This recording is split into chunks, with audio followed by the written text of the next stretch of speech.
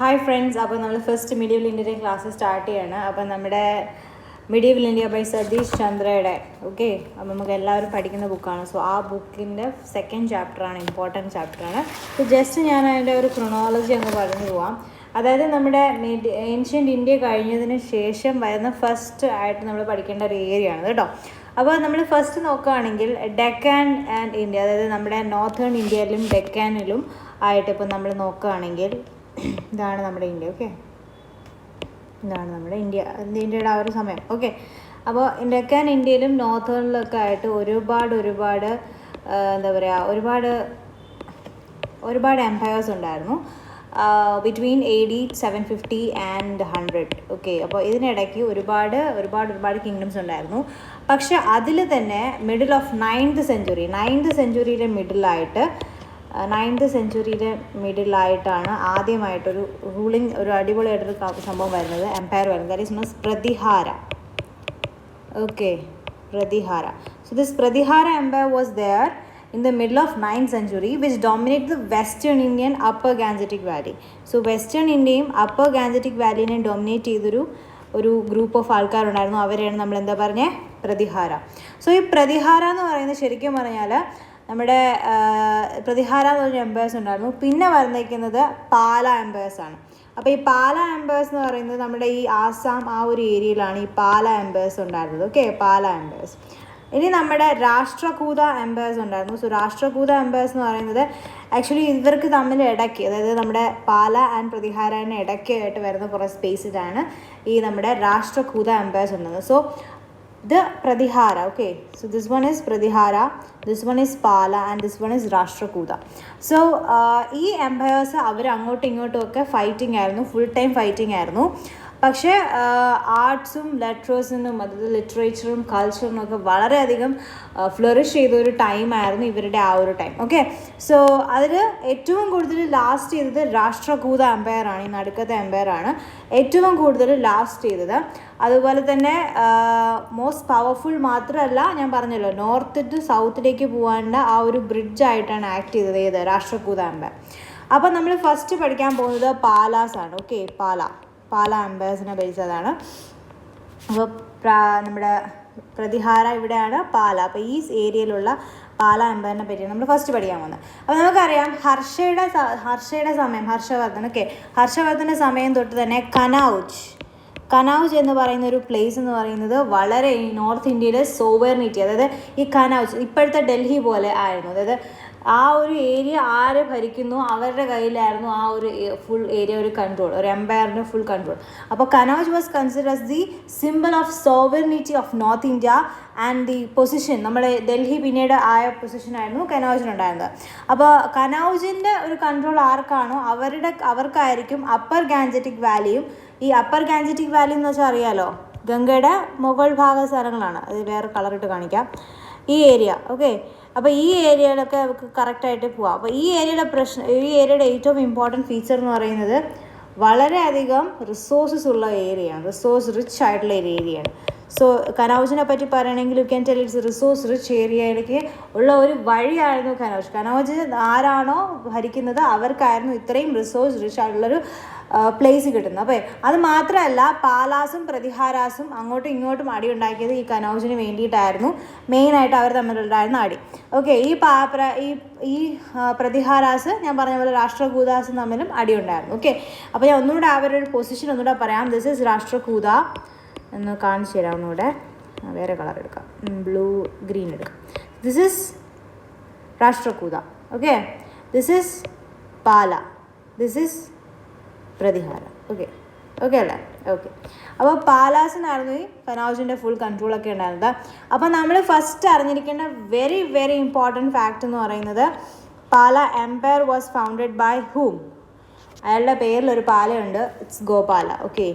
ഞാനൊരു പാട്ടായിട്ടാണ് പഠിച്ചു വെച്ചിരിക്കുന്നത്, പറഞ്ഞുതരാം പാട്ട്.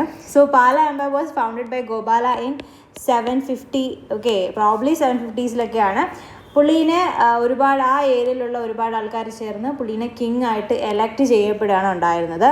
അതിനുശേഷം അദ്ദേഹത്തിൻ്റെ മകനായ ധർമ്മപാലയാണ് അത് റൂൾ ചെയ്തത്. ധർമ്മപാല. ധർമ്മപാല 810 വരെ റൂൾ ചെയ്തു.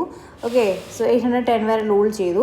അത് കഴിഞ്ഞിട്ട് ഈ ധർമ്മപാലയും ഒരാളുമായിട്ട് ഭയങ്കരമായിട്ട് പ്രശ്നമുണ്ടായി. അയാളാണ് ധ്രുവ. ഓക്കെ, ആരാണ്? ധ്രുവ. ധ്രുവ എന്ന് പറയുന്ന വേറെ ആരുമല്ല, നമ്മുടെ രാഷ്ട്രകൂതര റൂളറാണ്, അതായത് ഇവിടുത്തെ റൂളറാണ്. ഓക്കെ, സോ രാഷ്ട്രകൂതര റൂളറാണ് ആര്? ധ്രുവ. അപ്പോൾ ഈ ധ്രുവയുമായിട്ട് ധർമ്മപാലൻ 1 ഫൈറ്റ് ആയിരുന്നു. ഓക്കെ, അങ്ങനെ 1 ഫൈറ്റ് ചെയ്തിട്ട് നമ്മുടെ Dhruva who had already defeated a Pratihara റൂളറിനെ ഓൾറെഡി ഡിഫീറ്റ് ചെയ്തിട്ടാണ് ഈ ധ്രുവ ഇങ്ങോട്ട് പാലാ കിങ്ഡത്തിലേക്ക് വന്നത്. പക്ഷേ പിന്നെ ധ്രുവ തിരിച്ച് ഡെക്കാനിലേക്ക് തിരിച്ചങ്ങ് പോയി, അയാളുടെ സ്വന്തം സ്ഥലത്തിലേക്ക് പോയി. അപ്പോൾ അതാണ് ഇവിടെ നിങ്ങൾ അറിഞ്ഞിരിക്കേണ്ട അടുത്തൊരു സെക്കൻഡ് ഇമ്പോർട്ടൻറ്റ് ഫാക്ടർ. അപ്പോൾ നിങ്ങൾ അറിഞ്ഞിരിക്കേണ്ടത് ഗോപാല, ധർമ്മപാല, ഇനി വേറൊരാളും കൂടെ ഉണ്ട്, ദേവപാല. ധർമ്മപാല കഴിഞ്ഞിട്ട് വരുന്ന ആളാണ് ദേവപാല. അപ്പം നമുക്ക് ഈ ധർമ്മപാലയെ പറ്റി കുറച്ചുകൂടെ പറയാനുണ്ട്. കാരണം ധ്രുവ തിരിച്ച് നമ്മുടെ ഡെക്കനിലേക്ക് തിരിച്ചു പോയി. ഓക്കെ, ഡെക്കനിലേക്ക് തിരിച്ചു പോയ സമയത്ത് തന്നെ നമ്മുടെ ഒരു ഗ്രാൻഡ് ദർബാർ നടത്തി. ഓക്കെ, പഞ്ചാബിലും ഈസ്റ്റേൺ രാജസ്ഥാനിലും ഉണ്ടായിരുന്ന വസൽ റൂളേഴ്സിനെ വെച്ചിട്ട് ഒരു ഗ്രാൻഡ് ദർബാർ നടത്തിയിട്ടുണ്ടായിരുന്നു. അപ്പോൾ പക്ഷെ ധർമ്മപാലയ്ക്ക് അതുകൊണ്ട് തന്നെ ധർമ്മപാലയ്ക്ക് കനൗജിൽ ഞാൻ പറഞ്ഞല്ലോ, കനൗജിലെ ആ ഏരിയ കൺസോളിഡേറ്റ് ചെയ്യാൻ ധർമ്മപാലയ്ക്ക് സാധിച്ചില്ല. അതുകൊണ്ട് തന്നെ പ്രതിഹാര പവർ റിവൈവ്ഡ് അണ്ടർ നാഗഭട്ട 2. അപ്പോൾ ഞാൻ പറഞ്ഞായിരുന്നു പ്രതിഹാരയുടെ ആൾറെഡി ധ്രുവ തോപ്പിച്ചിട്ടാണ് വന്നത് അല്ലേ. അപ്പോൾ പ്രതിഹാരൻ്റെ അകത്ത് തന്നെ ഉള്ള ഒരാൾ വളരെ വലിയ രീതിയിൽ തിരിച്ചു വന്നു. ഓക്കെ, നമ്മൾ പറയില്ല ഒരു തിരിച്ചു വരവ് വന്നു, അതാണ് നാഗഭട്ട. പ്രതിഹാര റൂളറായിരുന്നു നാഗഭട്ട. ഓക്കെ, ഇപ്പോൾ നാഗഭട്ട 2 എന്ന് പറയുന്ന ആൾ തിരിച്ചു വന്നു, റിവൈവ് ചെയ്ത് വന്നു. അങ്ങനെ ധർമ്മപാല തിരിച്ചു വന്നു. അങ്ങനെ മോങ്കീർ ലിംഗേവർ തമ്മിൽ മോങ്കീർ എന്ന് പറഞ്ഞ സ്ഥലത്ത് ഇവർ അങ്ങോട്ട് ഏറ്റുമുട്ടി. ഇയാൾ എന്ത് ചെയ്തു? ധ്രുവ വാസ് ഡിഫീറ്റഡ്. സോ അതാണ് അറിഞ്ഞിരിക്കുന്നത്. ഒന്നുകൂടെ പറയാം, ധർമ്മപാലനെ ധ്രുവ ഡിഫീറ്റ് ചെയ്തു. അപ്പോൾ വലിയൊരു ദർബാറായിരുന്നു ആ സമയത്ത്, ദർബാർ നടന്നായിരുന്നു കനൗജിൽ. അതുകൊണ്ട് തന്നെ ധർമ്മപാലയ്ക്ക് കറക്റ്റായിട്ട് കനൗജിൽ കാര്യങ്ങളൊന്നും കറക്റ്റായിട്ട് കൺസോൾഡേറ്റ് ചെയ്യാൻ പറ്റില്ല, പവർ കൺസോൾഡേറ്റ് ചെയ്യാൻ പറ്റില്ല. ആ സമയത്തായിരുന്നു ധ്രുവ അറ്റാക്ക് ചെയ്തത്. പക്ഷേ ധ്രുവനെ അറ്റാക്ക് ചെയ്യാനായിട്ട് നാഗഭട്ട 2, അതായത് പ്രതിഹാരയിലുള്ള എംപയറായ നാഗഭട്ട 2 തിരിച്ചു വരികയും നാഗഭട്ട 2വും ധ്രുവയും മോങ്കീർ എന്ന് പറഞ്ഞ സ്ഥലത്ത് ഏറ്റുമുട്ടുകയും അതിൽ ധ്രുവ പരാജയപ്പെടുകയും ഉണ്ടായി. ഇത്രയും മനസ്സിലായല്ലോ. അപ്പോൾ ഇതാണ് നമ്മൾ അറിഞ്ഞിരിക്കേണ്ടത്. അത് ശരിക്കും പറഞ്ഞാൽ ഈ മോങ്കീർ എന്ന് പറഞ്ഞ സ്ഥലം എന്ന് പറയുന്നത് നമ്മുടെ ബീഹാറിനും മോഡേൺ ഈസ്റ്റ് UPക്കും ഇടയ്ക്കുള്ള സ്ഥലമായിരുന്നു. അതും വളരെ ഒരു പാലയുടെ കൺട്രോൾ ഉണ്ടായിരുന്ന ഒരു സ്ഥലമായിരുന്നു ഈ മോങ്കീർ. അവിടെയാണ് ഡിഫീറ്റ് ചെയ്ത് പോയത്. അപ്പോൾ ഈ നോർത്തിലേക്കുള്ള ഫെയിലിയർ പാലാ റൂളേഴ്സിന് എന്ത് ചെയ്തു? വളരെയധികം പ്രശ്നം ഉണ്ടാക്കി. അപ്പോൾ അവരെന്ത് ചെയ്തു? അപ്പോൾ നോർത്തിലോട്ടോ പോകാൻ സാധിക്കുന്നില്ല. ഇതാണ് പാല. അപ്പോൾ പാലയ്ക്ക് നോർത്തിലോട്ട് പോകാൻ പറ്റുന്നില്ല. അപ്പോൾ പിന്നെ അവരെങ്ങോട്ട് പോയി? അവർ താഴോട്ട് വരാൻ തുടങ്ങി. ഓക്കെ, അപ്പോൾ അങ്ങനെയാണ് പാലാസ് വളരെ നമ്മുടെ സൗതേൺ സ്റ്റേറ്റിലേക്കൊക്കെ വന്നു തുടങ്ങി. അപ്പോൾ ദേവപാല, സൺ ഓഫ് ധർമ്മപാല, ഞാൻ നേരത്തെ പറഞ്ഞായിരുന്നു, ധർമ്മപാലയുടെ മകനായ ദേവപാല. ഇപ്പോൾ മൊത്തം നമ്മൾ 3 പാലക്കാരെ പഠിച്ചു. 1 ഗോപാല, ധർമ്മപാല, ദേവപാല. ഓക്കെ, ഒരു പാട്ട് വരെ നിങ്ങൾ പഠിക്കാം, Gopala, Dharmapala, Devapala. Okay, so Gopa, Dharma and Deva. അപ്പോൾ ദേവപാല എന്ന് പറയുന്നതാണ് നമ്മുടെ ധർമ്മപാലയുടെ മകനാണ്. പുള്ളിക്കാരൻ വന്നിട്ട് 810 തന്നെയാണ് ത്രോണിൽ കയറിയത്. 40 വർഷത്തോളം റൂൾ ചെയ്തു. ധർമ്മപാല 810 വരെ റൂൾ ചെയ്തോളൂ കേട്ടോ. അപ്പോൾ ദേവപാല 810 ത്രോണിൽ വരികയും 40 വർഷത്തോളം റൂൾ ചെയ്യുകയും Devapala actually has controlled over Pragjyotishpur, ആസാമിലുള്ള പ്രഗ് ജ്യോതിഷ്പൂർ കൺട്രോൾ ചെയ്യുകയും ചെയ്തു. ആര്?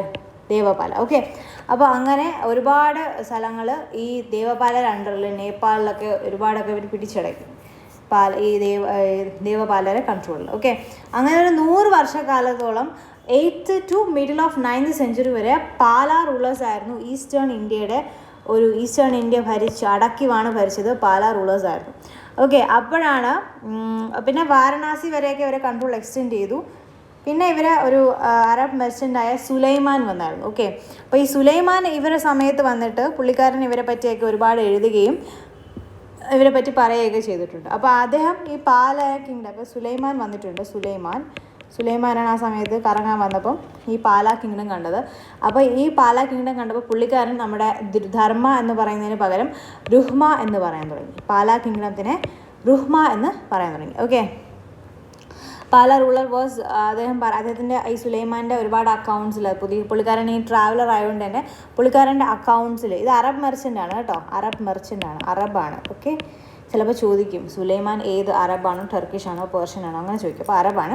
അപ്പോൾ പുള്ളിക്കാരൻ റുഹ്മ എന്ന് ഈ ധർമ്മ എന്ന് പറയുന്ന സാധനത്തിന് ഷോർട്ടായി ധർമ്മപാലേനെ ഷോർട്ടാക്കിയിട്ട് റുഹ്മ എന്ന് പാലാ കിങ്ഡത്തിനെ പറയുകയും മാത്രമല്ല ആ പാലാ കിങ്ഡം അവരുടെ നെയ്ബേഴ്സായ പ്രതിഹാര രാഷ്ട്രകൂതയുമായിട്ട് സ്ഥിരം അടിയാണെന്നും അതുപോലെ തന്നെ ഇവർക്ക് ട്രൂപ്സ് വളരെ കുറവായിരുന്നു. അവരുടെ അഡ്വേഴ്സറിനെ അപേക്ഷിച്ച് നോക്കുമ്പം ഇവരുടെ ട്രൂപ്സ് വളരെ ന്യൂമറസ് ആയിരുന്നുവെന്നും പറഞ്ഞിട്ടുണ്ടായിരുന്നു. അതുപോലെ തന്നെ പാലാ കിങ്ങിന് ഒരു 50,000 ആനകളെ കൊണ്ട് അക്കമ്പനി ചെയ്ത് അതുപോലെ തന്നെ 10 തൊട്ട് 15 വരെ 15,000 ഒരു ആർമിയിൽ, അതായത് ഈ നമ്മുടെ ഈ പാലാ കിങ്ഡത്തിൽ രാജാവ് നടന്നു പോകുമ്പോൾ രാജാവിന് ചുറ്റും ഇതേപോലെ ആൾക്കാരുണ്ടാവുകയും 50,000 ആനകളുണ്ടാവുകയും അതുപോലെ തന്നെ 10 മുതൽ 15,000 മെന്നും ഇയാളുടെ ആർമിയിലുണ്ടായിരുന്നതും അതുപോലെ ഈ ആർമിയിലുണ്ടായിരുന്ന ആൾക്കാർ തന്നെ washing clothes, fulling and washing clothes ഇതൊക്കെ പറയുന്നുണ്ടായിരുന്നു. അപ്പോൾ അത്രയും വലിയൊരു ആർമി ആയിരുന്നു ഇതിനുണ്ടായിരുന്നതാണ് ഈ സുലൈമാൻ പറഞ്ഞിട്ടുള്ളത്. മാത്രമല്ല ഇൻഫർമേഷൻ അബൌട്ട് പാലാനെ പറ്റി നമുക്ക് ടിബറ്റൻ ക്രോണിക്കിൾസിലൊക്കെ കേൾക്കാറുണ്ട്. അതായത് നളന്ദ ഇപ്പം നമുക്കറിയാം. അപ്പോൾ ടിബറ്റൻ എന്താ പറയുക, ടിബറ്റൻ ക്രോണോളജി അല്ലെങ്കിൽ ടിബറ്റൻ ക്രോണിക്കിൾസിലും ഇവരെ പറ്റി പറയുന്നുണ്ട്. അതുപോലെ തന്നെ ആ ടിബറ്റൻ ക്രോണിക്സ് പ്രകാരം നളന്ദ യൂണിവേഴ്സിറ്റി, ഓക്കെ നിങ്ങൾക്കിപ്പോൾ അറിയാമായിരിക്കും, Nalanda university was revived by Dharmapala. Revive ചെയ്തത് ധർമ്മപാലയാണ്. Okay, so Dharmapala has revived Nalanda university. അതുപോലെ തന്നെ അദ്ദേഹം തന്നെയാണ് ഈ നമ്മുടെ ധർമ്മപാല തന്നെയാണ് വിക്രംശില യൂണിവേഴ്സിറ്റി സ്റ്റാർട്ട് ചെയ്തത്. ഓക്കെ, അപ്പോൾ നളന്ദ കഴിഞ്ഞാൽ പിന്നെ നമ്മൾ ഏറ്റവും കൂടുതൽ അറിയപ്പെടുന്നത് വിക്രംശില യൂണിവേഴ്സിറ്റിയാണ്. വിക്രംശില യൂണിവേഴ്സിറ്റി സ്റ്റാർട്ട് ചെയ്തത് ധർമ്മപാലയാണ്. അപ്പോൾ പാലാ റൂളേഴ്സിന് ശരിക്കും പറഞ്ഞാൽ വളരെയധികം ടിബറ്റുമായിട്ട് വളരെയധികം കൾച്ചറൽ റിലേഷൻസ് ഉണ്ടായിരുന്നു. അതുപോലെ തന്നെ നമ്മുടെ ബുദ്ധിസ്റ്റ് സ്കോളേഴ്സായ സദാരക്ഷിതയും ദീപാങ്കാരയും ഇവരൊക്കെ ബുദ്ധിസ്റ്റ് സ്കോളേഴ്സാണ്. ഇവർ ശരിക്കും പറഞ്ഞാൽ ടിബറ്റിലേക്ക് ഇൻവൈറ്റ് ചെയ്യപ്പെടുകയും അവരെ ഒരു പുതിയ ഫോം ഓഫ് ബുദ്ധിസം അവർക്ക് പഠിപ്പിച്ചു കൊടുക്കുകയും ചെയ്യുകയുണ്ടായി. അതിൻ്റെ റിസൾട്ടായിട്ട് ഒരുപാട് ടിബറ്റൻ ബുദ്ധിസ്റ്റ് നളന്ദയിലും വിക്രമശിലയിലും വരികയുണ്ടായി.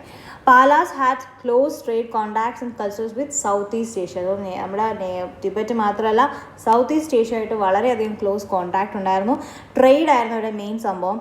അതിൽ തന്നെ സൈലേന്ദ്ര ഡൈനസ്റ്റിയാണ് ഏറ്റവും പവർഫുൾ ഡൈനസ്റ്റി. ഓക്കെ, അപ്പോൾ ഈ സൈലേന്ദ്ര ഡൈനസ്റ്റി ആയിരുന്നു ശരിക്കും പറഞ്ഞാൽ മലേഷ്യ, ജാവ, സുമാത്ര ഐലൻഡ്സ് ഈ ഐലൻഡ്സ് ഒക്കെ റൂൾ ചെയ്തിരുന്നത് സൈലേന്ദ്ര ഡൈനസ്റ്റി ആയിരുന്നു. അപ്പോൾ അവർ ഈ സൈലേന്ദ്ര ഡൈനസ്റ്റിയിൽ നിന്ന് ഒരുപാട് എംബസീസ് അല്ലെങ്കിൽ എന്താ പറയുക ambassadors has come to Pala kingdom. Okay, അവർ അങ്ങോട്ടും ഇങ്ങോട്ടും ഇൻഫർമേഷൻ പരത്തുകയും അങ്ങനെ സംഭവങ്ങളൊക്കെ നടന്നിട്ടുണ്ട്. ഒരുപാട് മൊണാസ്ട്രീസ് ഒക്കെ വെക്കുകയുണ്ടായി. അതുപോലെ തന്നെ Devapala has endowed 5 villages for its upkeep. 5 villages request grant ചെയ്യും, അതിന് ടെസ്റ്റിമോണി കൊടുക്കുകയും ഇവർ തമ്മിൽ ഒരുമിച്ചായിരുന്നു അത് കോൺട്രാക്ട് ചെയ്ത് കൊണ്ടുപോയിക്കൊണ്ടിരുന്നത്. അപ്പോൾ ഇത് ഇത്രയുമാണ് പാലയുടെ സംഭവം, അതായത് പാലയിൽ ആ സമയത്ത് നടന്നുകൊണ്ടിരുന്നത്. ഇനി നമ്മൾ പോകുന്നത് പ്രതിഹാരാസിലേക്കാണ്. പ്രതിഹാരദാഹികളാണോ എന്ന് നമുക്ക് നോക്കാം. ഓക്കെ, അപ്പം ഈ പ്രതിഹാരനെയാണ് നമ്മൾ ഗുർജാര പ്രതിഹാരാസ് എന്ന് പറയുന്നത്. നിങ്ങൾ കേട്ടിട്ടുണ്ടെങ്കിൽ അറിയാം. ഈ ഗുജറാത്തൊക്കെ നോക്കിയിരുന്ന ഇവരാണ് ആ ഒരു ഏരിയ ഞാൻ പറഞ്ഞല്ലോ. ഗുർജാര പ്രതിഹാരാസ് എന്നാണ് ഇവരുടെ പേര്. അവർ ശരിക്കും പറഞ്ഞാൽ ഗുജറാത്ത് അല്ലെങ്കിൽ സൗത്ത് വെസ്റ്റേൺ രാജസ്ഥാൻ എന്ന് പറഞ്ഞൊരു സ്ഥലത്തു നിന്നാണ് ഒറിജിനേറ്റ് ചെയ്തത്. ശരിക്കും പറഞ്ഞാൽ അവർ ലോക്കൽ ഒഫീഷ്യൽസ് ആയിരുന്നു. പിന്നെ അവർ വലിയധികം കൺട്രോൾ കൊണ്ടുവന്നു. അങ്ങനെയാണ് അവരൊരു കിങ്ഡമായി മാറിയത്. ശരിക്കും പറഞ്ഞാൽ അവർ അറബ് ഇൻകർഷൻസ്, നമുക്കറിയാം ഈ ഒരു ഏരിയ ഞാനിവിടെ വരയ്ക്കാം. ഓക്കെ, നമ്മുടെ ഇത് ഗുജറാത്താണ് കേട്ടോ. ഇപ്പോൾ ഈ ഒരു ഏരിയ എന്ന് പറയുമ്പോൾ നിങ്ങൾക്കറിയാം ഇവിടെ നിന്ന് ഒരുപാട് അറബ് ഇൻകർഷൻസ് വരും. കാരണം മേളിൽ കൂടെ നമുക്ക് ഇന്ത്യനെ അകത്ത് നമുക്ക് അറ്റാക്ക് ചെയ്യാൻ പറ്റില്ല. ഈ സൈഡിലാണ് കുറച്ചുകൂടെ ഹിൽ സ്ലോപ്പ് കുറവ്. അപ്പോൾ ഈ സൈഡിൽ നിന്ന് അറ്റാക്ക് ചെയ്യാൻ വളരെ എളുപ്പമാണ്. പ്രത്യേകിച്ച് നമുക്കറിയാം ക്രീക്കിൻ്റെ അവിടെ കൂടെ സർ ക്രീക്ക് അറിയാമല്ലോ. അപ്പോൾ ആ വഴി കൂടെയൊക്കെ കയറാൻ വളരെ എളുപ്പമാണ്. അപ്പം നമ്മുടെ ഈ പ്രതിഹാരാസിന് വളരെയധികം ഫേമസ് ആവാനുള്ള റീസൺ എന്ന് പറയുന്നത് ഈ അറബ് ഇൻകേഴ്സസിനൊക്കെ ഇവർ ഒരു പരിധി വരെ ഇവർ തടഞ്ഞ് അതിനെയൊക്കെ എഗൻസ്റ്റ് ആയിട്ട് പോയിട്ടുണ്ട്. അതുകൊണ്ട് തന്നെ അവർ ഭയങ്കര പവർഫുള്ളാണ്. നമ്മൾ നോക്കുകയാണെങ്കിൽ അറിയാം ഈ പവർഫുൾ പീപ്പിൾസ് എന്ന് പറയുന്നത് ശരിക്കും പറഞ്ഞാൽ ഭയങ്കര സ്ട്രെങ്ത് ആയിട്ടുള്ള ആൾക്കാർ ശരിക്കും പറഞ്ഞാൽ ഫൈറ്റ് ചെയ്ത് ആ ഒരു സ്ട്രെങ്ത്തിൽ എത്തുന്നതാണ്. സോ അത്രയും ഫൈറ്റിംഗ് ഉള്ള സംഭവമാണ് ഈ ഗുർജാര പ്രതിഹാര അല്ലേ. അപ്പോൾ അത് നിങ്ങൾ അറിഞ്ഞിരിക്കുക. Gurjara Pratiharas actually had the resistance from Arab incursions from Sindh to Rajasthan. Sindh Rajasthan വഴിയുള്ള എല്ലാ അറബ് ഇൻകേർഷൻസിനും അവർ റെസിസ്റ്റ് ചെയ്തിട്ടുണ്ട്. How the Arab were decisively defeated by Chalukya rulers of Gujarat in 1732 and ceased to be a real danger. Actually Chalukya dynasty ഉണ്ടായിരുന്നു. ആ ചാളുക്യ ഡൈനസ്റ്റിയൊക്കെ പോയിട്ടാണ് പിന്നീട് ഇവിടെ ഗുർജാര പ്രതിഹാരാസ് വരുന്നത്. ശരിക്കും പറഞ്ഞാൽ ഈ ഗുർജാര പ്രതിഹാരയുടെ ശരിക്കും ഫൗണ്ടർ എന്ന് പറയുന്നത് ഭോജയാണ് കേട്ടോ. നമ്മൾ ഈ കേട്ടിട്ടുണ്ട് ഭോജ കഥകൾ എന്ന് കേട്ടിട്ടുണ്ട്. ആ ഭോജയാണെന്ന് അറിയില്ല. ഇപ്പോൾ തൽക്കാലത്തേക്ക് ആ ഭോജനെ മനസ്സിൽ കണ്ട് നമ്മൾ ഈ കഥ ഫുൾ കേൾക്കാം. അപ്പോൾ ശരിക്കും പറഞ്ഞാൽ നമ്മുടെ ഈ ഭോജയാണ് തന്നെ മെയിൻ ആൾ. ഓക്കെ, അപ്പോൾ നമ്മുടെ ഏർലി പ്രതിഹാര റൂളേഴ്സ് എന്ന് പറയുന്നത് അപ്പർ ഗംഗാ വാലി, അതായത് ഇങ്ങോട്ടൊക്കെ പോകാനൊക്കെ ആയിട്ട് ശ്രമിച്ചു. ഓക്കെ, പണ്ടറിയാലോ അവരെ കിങ്ഡം എക്സ്പാൻഡ് ചെയ്യാനായിട്ട് ശ്രമിച്ചുകൊണ്ടിരിക്കുക. അങ്ങനെ ശ്രമിച്ചെങ്കിൽ പോലും രാഷ്ട്രകൂത റൂളേഴ്സായ ധ്രുവയും ഗോപാൽ ത്രീയും ഇവർ രണ്ടുപേരും ഭയങ്കര റെസിസ്റ്റൻസ് ആയിരുന്നു. അതുപോലെ 790 അഗെയിൻ ഇൻ 1806-7 ആ ടൈമിലും രാഷ്ട്രകൂതാസ് പ്രതിഹാരാസിനെ ഡിഫീറ്റ് ചെയ്യുകയും പിന്നീട് അവർ ഡെക്കാനിലേക്ക് പോവുകയും ചെയ്തു. അപ്പോൾ പിന്നീടെന്ന് പറയുന്നത് real interest of Rashtrakutas was domination of Malwa and Gujarat. So ഈ രാഷ്ട്രകൂതാസിൻ്റെ ഏറ്റവും ഇമ്പോർട്ടൻസ് എന്ന് പറയുന്നത് ഇവർ രാഷ്ട്രകൂത ഇവിടെയാണ്, അവർക്ക് ഇങ്ങോട്ട് വരണം എന്നാണ്. മനസ്സിലായില്ലേ? അപ്പോൾ ഇവർക്ക് ഇങ്ങോട്ട് വരണം, പക്ഷേ ഇവർ ഇങ്ങോട്ട് വരുന്നുണ്ട്, അറ്റാക്ക് ചെയ്യുന്നുണ്ട്, ഡിഫീറ്റ് ചെയ്യുന്നുണ്ട്, കുറേ ഏരിയകൾ പിടിച്ചെടുക്കുക. എന്നിരുന്നാൽ പോലും ഭയങ്കര റെസിസ്റ്റൻസ് ആണ് ഇവർ കൊടുക്കുന്നത്. അപ്പോൾ നമ്മൾ ആദ്യം അറിഞ്ഞിരിക്കേണ്ട ഭോജനെ പറ്റിയാണ്. ഭോജനെ പറ്റി വലിയൊരു സംഭവം നമുക്ക് അറിയത്തില്ല. പക്ഷേ എന്നിരുന്നാൽ പോലും he had rebuild the empire full rebuild ചെയ്തു. ബൈ 836 കൂടി അദ്ദേഹം കനൗജ് റീകവർ ചെയ്യുകയും പിന്നീട് ആ കനൗജ് ആയിരുന്നു പ്രതിഹാരയുടെ ക്യാപിറ്റലായിട്ട് for the almost a century. 100 വർഷക്കാലം പ്രതിഹാര എന്ന് പറയുന്ന അവരുടെ അവരുടെ ഒരു റൂളിംഗ് പ്ലേസ് ക്യാപിറ്റലായിട്ട് മാറി Kannauj. Okay, so Kannauj was also came under Pratihara. അപ്പോൾ ഇനി നമ്മൾ നോക്കേണ്ടത് ഭോജ എങ്ങനെയൊക്കെ ബാക്കിയുള്ളവരുടെ സ്ഥലത്തിലേക്ക് കൈയടക്കാൻ ശ്രമിച്ചു. ഓക്കെ, ആദ്യം പുള്ളിക്കാരൻ ഈസ്റ്റിലേക്ക് പോകാൻ നോക്കി. അപ്പോൾ ഈസ്റ്റിലേക്ക് പോയപ്പോൾ പുള്ളീനെ പാല റൂളറായ ദേവപാല ചെക്ക്മേറ്റ് ചെയ്തു പോയി. പിന്നെ അയാൾ എന്ത് ചെയ്തു, ഇനി അവിടെ പോകണ്ട, ഇനിയിപ്പോൾ സെൻട്രൽ ഇന്ത്യയിലേക്ക് പോകാമെന്ന് വിചാരിച്ചു. പക്ഷെ അങ്ങോട്ട് പോയപ്പോഴത്തേക്കും രാഷ്ട്രകൂതാസിന് വീണ്ടും പ്രശ്നമുണ്ട്. അതായത് ഇവർ എന്തെങ്കിലും ചൊറിയാൻ കാത്തിരിക്കുവാണ്. അപ്പോൾ ഇവർ ഇങ്ങോട്ട് വരണണ്ട, പിന്നെ അങ്ങോട്ട് തിരിച്ചങ്ങ് കയറി ഒരു ബാറ്റിൽ ചെയ്യും. അവർക്ക് വേറെ ഒന്നും ചോദിക്കത്തില്ല, അടിച്ച് പിരിച്ച് അങ്ങ് വിടും. And this led to a revival of struggle with Rashtrakutas. അതുപോലെ തന്നെ നർമ്മദയുടെ ബാങ്കിൽ വെച്ച് ഒരുപാട് ഫൈറ്റിലുണ്ടായിട്ടുണ്ടായിരുന്നു. പക്ഷേ എന്നിരുന്നാൽ പോലും ഭോജയ്ക്ക് ഒരുപാട് മാൽവയിലും ഗുജറാത്തിലുള്ള കൺട്രോൾ പുള്ളിക്ക് കൺസോളിഡേറ്റ് ചെയ്യാൻ സാധിച്ചത് കൊണ്ട് തന്നെ പുള്ളി വിചാരിച്ചു ഇനിയിപ്പോൾ ഞാൻ എങ്ങോട്ട് മുകളിൽ എവിടെ തന്നെ ഇരിക്കാമെന്ന് വിചാരിച്ചു. പിന്നെ അയാൾ വീണ്ടും നോർത്തിലോട്ട് പോകാമെന്ന് വിചാരിച്ചുകൊണ്ട് അങ്ങനെ ഇരിക്കുകയാണ്. ഒരു ഇൻസ്ക്രിപ്ഷൻ അനുസരിച്ചിട്ട് പുള്ളി സട്ലജിൻ്റെ അവിടം വരെയൊക്കെ പോയിട്ടുണ്ട്. സട്ലജിൻ്റെ അവിടെ എന്ന് പറയുമ്പോൾ മുകളിലോട്ടാണ്. ഓക്കെ, അവിടം വരെയൊക്കെ പോയിട്ടുണ്ട്. പിന്നെ കുറേ കാര്യങ്ങൾ പറയുന്നത്, കുറേ ട്രാവലേഴ്സിൻ്റെ ഒരു ഇൻസ്ക്രിപ്ഷൻസ് പറയുന്നതെന്ന് വെച്ചാൽ Pratihara rulers had the best cavalry. അതായത് ഇവിടെയാണ് ഞാനൊരു ക്വസ്റ്റ്യൻ ചോദിക്കാൻ പോകുന്നത്. ഇവർക്ക് അടിപൊളി ആയിട്ടുള്ള കുതിരപ്പടയാളികളുണ്ടായിരുന്നു. കാവൽറി വളരെയധികം ഹൈ ആയിരുന്നു. കാരണം എന്തായിരിക്കും ഇവിടെ നിങ്ങൾ ആലോചിച്ച് പറയാം. ഇറ്റ്സ് ബിക്കോസ് നമ്മുടെ Gulf Arab area, okay, Iran, Pakistan, Afghanistan, ഈ ഒരു ഏരിയയിലാണ് ഏറ്റവും കൂടുതൽ നല്ല അടിപൊളി ഹോഴ്സസിനെ കിട്ടുന്നത്. അപ്പോൾ അവിടെ നിന്ന് ഇവർക്ക് കടൽ മാർഗം വഴി കിട്ടുമായിരുന്നു, അതേപോലെ ഈ ഇൻകർഷൻസ് വഴി കിട്ടുമായിരുന്നു. അതേപോലെ അടിപൊളി ഹോഴ്സസ് ആയിരുന്നു ഇവർക്കുണ്ടായിരുന്നത്. സോ ഈ ഗുർജാര പ്രതിഹാര എംപയറിൻ്റെ ഏറ്റവും വലിയ സ്ട്രെങ്ത് എന്ന് പറയുന്നത് കാവൽറി ആയിരുന്നു. Import of horses from central Asia and Arabia was an important item for India's trade in that time. അതുപോലെ തന്നെ നമ്മുടെ ദേവപാല മരിച്ചതിന് ശേഷം പാല എംപയർ കുറച്ചൊന്ന് ഉടഞ്ഞു. അപ്പോഴത്തേക്കും പുള്ളി വിചാരിച്ചു നമുക്ക് അങ്ങോട്ട് പോകാം. അപ്പം അതാണ് പുള്ളിയുടെ കുറച്ച് കാര്യങ്ങൾ. ഭോജയുടെ കാര്യം, ഭോജന നമ്മളറിയാം. ഭോജ എന്ന് പറയുന്നത്, നമ്മൾ ഭോജനെ പറ്റി പറയുകയാണെങ്കിൽ ഭോജനെ നമ്മൾ ആദിവരഹ എന്നാണ് പറയുന്നത്. ആദിവരഹ എന്നാണ് പല ക്രോണിക്കിൾസിലും പറഞ്ഞിരിക്കുന്നത്. അതായത് വിഷ്ണുവിൻ്റെ അവതാരം അല്ലെങ്കിൽ വിഷ്ണുവിൻ്റെ ടൈറ്റിൽ അടുത്ത ആളാണ് ഭോജ. ഓക്കെ, അദ്ദേഹത്തിനെ മെഹർ ഭോജ എന്നും അറിയപ്പെടുന്നുണ്ട്. മെഹർ ഭോജ ഇൻ ദ സെൻസ് ബിക്കോസ് ആ സമയത്ത് തന്നെ ഉജ്ജയിനിൽ ഭോജ പരമാര എന്നൊരു ആളുണ്ടായിരുന്നു. അതിൽ നിന്ന് മാറ്റാൻ വേണ്ടിയിട്ടാണ് മെഹർ ഭോജ എന്നൊരു പേര് വന്നത്. ഭോജ 885 മരണപ്പെടുകയും പിന്നീട് അദ്ദേഹത്തിൻ്റെ മകനായ മഹേന്ദ്രപാല 1 വരികയും ചെയ്തു. മഹേന്ദ്രപാല ശരിക്കും പറഞ്ഞാൽ 1908 വരെയൊക്കെ അയാൾ നോക്കിയിട്ടുണ്ട്. 908 വരെ നോക്കിയിട്ടുണ്ടായിരുന്നുള്ളൂ. പിന്നെ അദ്ദേഹം മഗധയും നോർത്തേൺ ബംഗാളിലേക്ക് എക്സ്റ്റെൻഡ് ചെയ്തു. അപ്പം ഇദ്ദേഹത്തിൻ്റെ, അതായത് ഈ മഹേന്ദ്രപാലയുടെ കുറേ ഇൻസ്ക്രിപ്ഷൻസ് കത്തിയാവാറിലും ഈസ്റ്റ് പഞ്ചാബിലും അവാദിലും ഉണ്ടായിരുന്നു. മഹേന്ദ്രപാല നമ്മുടെ കിങ് ഓഫ് കാശ്മീറുമായിട്ട് ഒരുപാട് അടിയുണ്ടാക്കി അവിടെയും, പക്ഷേ അവിടെ ഒന്നും വലുതായിട്ട് അവർക്ക് സ്വാധീനം ചെലുത്താൻ സാധിച്ചില്ല. ഇനി നമ്മൾ അറിഞ്ഞിരിക്കേണ്ട വളരെ ഇമ്പോർട്ടൻ്റ് കാര്യം അൽ മസൂദി. ഓക്കെ, സോ അൽ മസൂദിനെ പറ്റി പറയുകയാണെങ്കിൽ പുള്ളിക്കാരൻ എന്ന് പറയുന്നത് ബാഗ്ദാദിലൊരു നേറ്റീവാണ്. അദ്ദേഹം ഗുജറാത്തിനെ 915 to 916 വരെ കണ്ടിരുന്നു. അപ്പം അദ്ദേഹം പറഞ്ഞിരിക്കുന്നത് പറഞ്ഞാൽ പ്രതിഹാര റൂളേഴ്സിൻ്റെയും അവരുടെ എംപയേഴ്സും വളരെ വാസ്റ്റാണെന്നും ഈ പ്രതിഹാര റൂളേഴ്സ് വളരെയധികം പവർഫുൾ ആണെന്നും പറഞ്ഞിട്ടുണ്ടായിരുന്നു. അദ്ദേഹം ഗുർജാര പ്രതിഹാര കിങ്ഡത്തിനെ പറയുന്ന പേരാണ് അൽ ജുസർ. ഓക്കെ, അപ്പോൾ അത് ശരിക്കും പറഞ്ഞാൽ ഗുർജാരേൻ്റെ ഒരു കറപ്റ്റ് ഫോമാണ് അൽ ജുസർ. അപ്പം അത് പിന്നെ അതിൻ്റെ ഒരു കിങ്ങിൻ്റെ പേരാണ് ബൗറ എന്ന് ഉദ്ദേശിക്കുന്നത് ബോജേനെ ആയിരിക്കാം, അല്ലെങ്കിൽ ആദ്യ വരഹേനെ മിസ്പ്രൊനൗൺസിയേഷൻ ആയിരിക്കാം, ബൗറ. ഓക്കെ, അപ്പോൾ അൽ മസൂദി, അൽ ജുസർ എന്നും ബൗറ എന്നൊക്കെ പറഞ്ഞത് നമ്മുടെ ഈ ഗുർജാര പ്രതിഹാരസിനെ പറ്റിയിട്ടാണ്. അപ്പോൾ ഇതാണ് ഇതിനെപ്പറ്റി പറയുന്നത്. ഇതിൽ അദ്ദേഹം പറഞ്ഞിരിക്കുന്ന കാര്യം എന്ന് പറഞ്ഞത് നമ്മുടെ സുലൈമാൻ അവരെ പറ്റി പറഞ്ഞ പോലെ നമ്മുടെ അൽ മസൂദി പറഞ്ഞിരിക്കുന്ന കാര്യം എന്ന് പറയുന്നത് ജുസറിന് 1,80,000 വില്ലേജ് 1 crore 80,000 ഓഫ് വില്ലേജസ് ഉണ്ടായിരുന്നെന്നും ഒരുപാട് സിറ്റീസും റൂറൽ ഏരിയാസ് ഉണ്ടായിരുന്നും അതേപോലെ തന്നെ 200 കിലോമീറ്റർ ലെങ്തും 200 കിലോമീറ്റർ ബ്രെഡ്ത്തുമുള്ളൊരു സ്ഥലമായിരുന്നു. അതുപോലെ കിങ് ആർമിക്ക് 4 ഡിവിഷൻ ഉണ്ടായിരുന്നു. 7 ലക്ഷം മുതൽ 9 ലക്ഷം വരെയുള്ള 4 ഡിവിഷൻസ് ഉണ്ടായിരുന്നെന്നും പറഞ്ഞിട്ടുണ്ട്.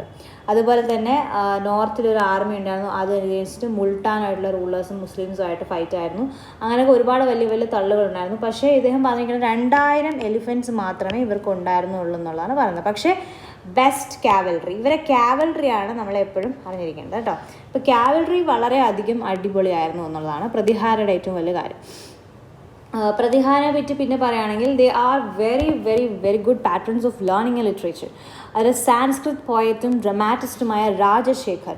സോ ഈ രാജശേഖർ ഇവരുടെ കോർട്ടിലാണ് ലീവ് ചെയ്തത്. മഹിപാല എന്ന് പറയുന്നത് ബോജയുടെ എന്താ പറയുക കൊച്ചുമകനായ മഹിപാലയുടെ കോർട്ടിലുണ്ടായിരുന്ന ഒരു ഒരു സാൻസ്ക്രിത് പോയറ്റ് ആൻഡ് ഡ്രാമറ്റിസ്റ്റാണ് രാജശേഖർ.